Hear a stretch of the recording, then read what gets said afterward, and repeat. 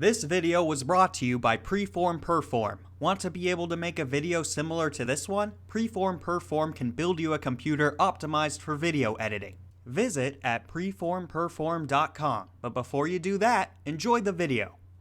Welcome to Beyond the Controller, where I talk about video games by not talking about video games. The footage you see is from Star Wars Battlefront 2. I screw up initially, dying early on, but I'm able to make it through the rest of the battle without dying another time. I believe that speaks louder volumes about the game's elite difficulty rather than my own skill. The AI is the single greatest problem with the game. I still highly recommend it for everyone because it is extremely addictive. Now to the topic at hand. Picking a proper password is perhaps the most pertinent procedure people perform to protect their privacy. Passwords are used for a lot of things such as entering treehouses, accessing video games, and trading stocks and bonds over the internet. If this is the first time you've watched this video, stop and think for yourself and answer this question. What is the single worst password anyone could have? Now, I could be wrong, but it's extremely likely that you chose a password based off of how common it is, such as the word password, a person's name, or their birthday.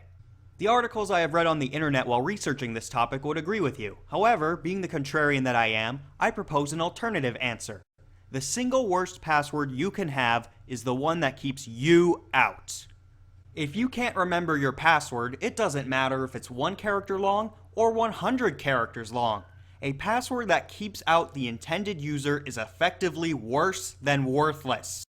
As a result, I implore you to strike a balance between security and memorability. There are 3 things that you should never ever do when deciding a password. The first thing is to not make the password a variation of your username. It's about as easy to remember as it is easy to hack. I did this with my RuneScape account when I was 11. There are adults who still do it to this day. Second, you should not use a universal password, and by that I mean one password for everything. While it is extremely easy to remember, once someone gets a hold of it, they can access everything you own as long as they know the respective usernames for your different accounts. I, in particular, mainly use 3 different passwords for different levels of security with different accounts. I use a low security and easier to type password for things such as my exercise machine. If someone were to hack that, the worst they could do is just add extra miles onto my records. I use medium level security passwords for things such as most of my online games, where if someone were to hack it, I would be able to still reverse it through some amount of effort.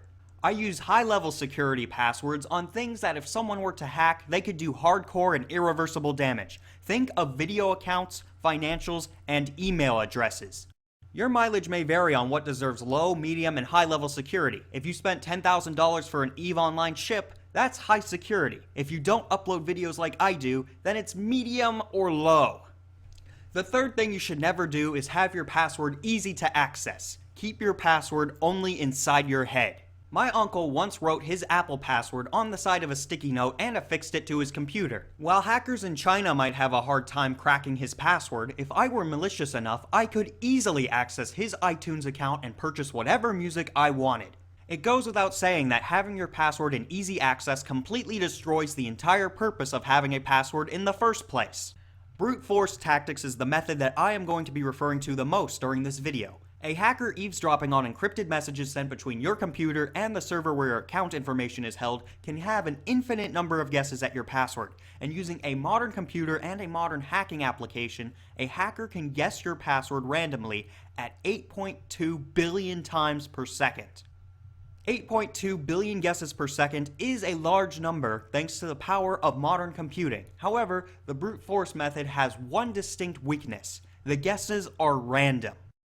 While modern hacking applications have different pruning methods such as only trying lowercase based passwords or passwords that have numbers somewhere in between or are above a certain number of characters in the password, the basic idea of the brute force method is throwing a brick hard enough that it reaches outer space. The strength of your password is defined by x to the y, where x is the possible characters in your password and y is the length of your password in characters. A password consisting of only lowercase letters is 26 to the y. Obviously, adding in uppercase letters doubles that number to 52. Tossing in numbers makes it 62, and using every possible character directly on your keyboard boosts it to 90. If the system allows you to use alt code, which allows you to use characters such as an N with a tilde over it, your combinations can be practically infinite. With this formula in mind, let's look at a variety of passwords. I'm going to skip such passwords such as password 123456 and your birthday, because you don't even need a hacking application to do those. You can just use your fingertips and your brain. But what if you were to use a very long numeric password such as 01234567889? 10 to the 10th power is 10 billion, and that password can be cracked in a little more than a second. As a matter of fact, if you use possibly any character that is on the keyboard and your password is still 8 or less characters long, then your password can be hacked in less than a week. 6 or less, a little more than a second.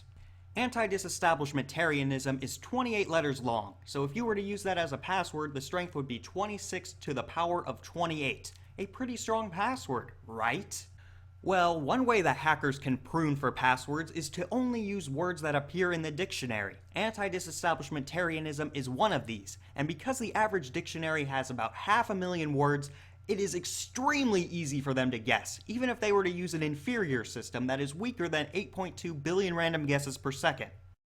A password such as goodluck777 might seem strong initially, but another form of pruning that hackers use is to use capital letters only at the beginning of possible passwords and to use numbers only at the end of possible passwords. So what we've been taught is to use a complicated password such as #IamGroot, shown here so I don't have to describe the entire thing to you. You can read. Can you still remember it right after I've taken it away? Which letters were uppercase? Which ones were actually symbols? Which ones were actually numbers? Now let's try an optimal password such as my mom makes many meals. No uppercase, no numbers, no symbols. Just 19 easy to remember letters. Is it stronger than #IamGroot? By a factor of almost 22 million, and it's 1 billion times easier to remember. My mom makes many meals at 8.2 billion guesses per second will take 71 billion years to hack. No hacker who wants to steal your money is going to be able to access it within his or her lifetime, at least not with today's standards of technology. So we were taught incorrectly. The trick is to fight brute force with brute force, to use the power of powers. Going further, Edward Snowden suggested using a password such as Margaret Thatcher is 110% sexy. It uses 4 different categories of characters, and it's 26 characters long. I enter 90 to the power of 26 in my calculator, it crashes. A password such as that is extremely powerful, and I remembered it before I even pulled it up for this video. So go out and change your passwords. The only downside is that you have to type them.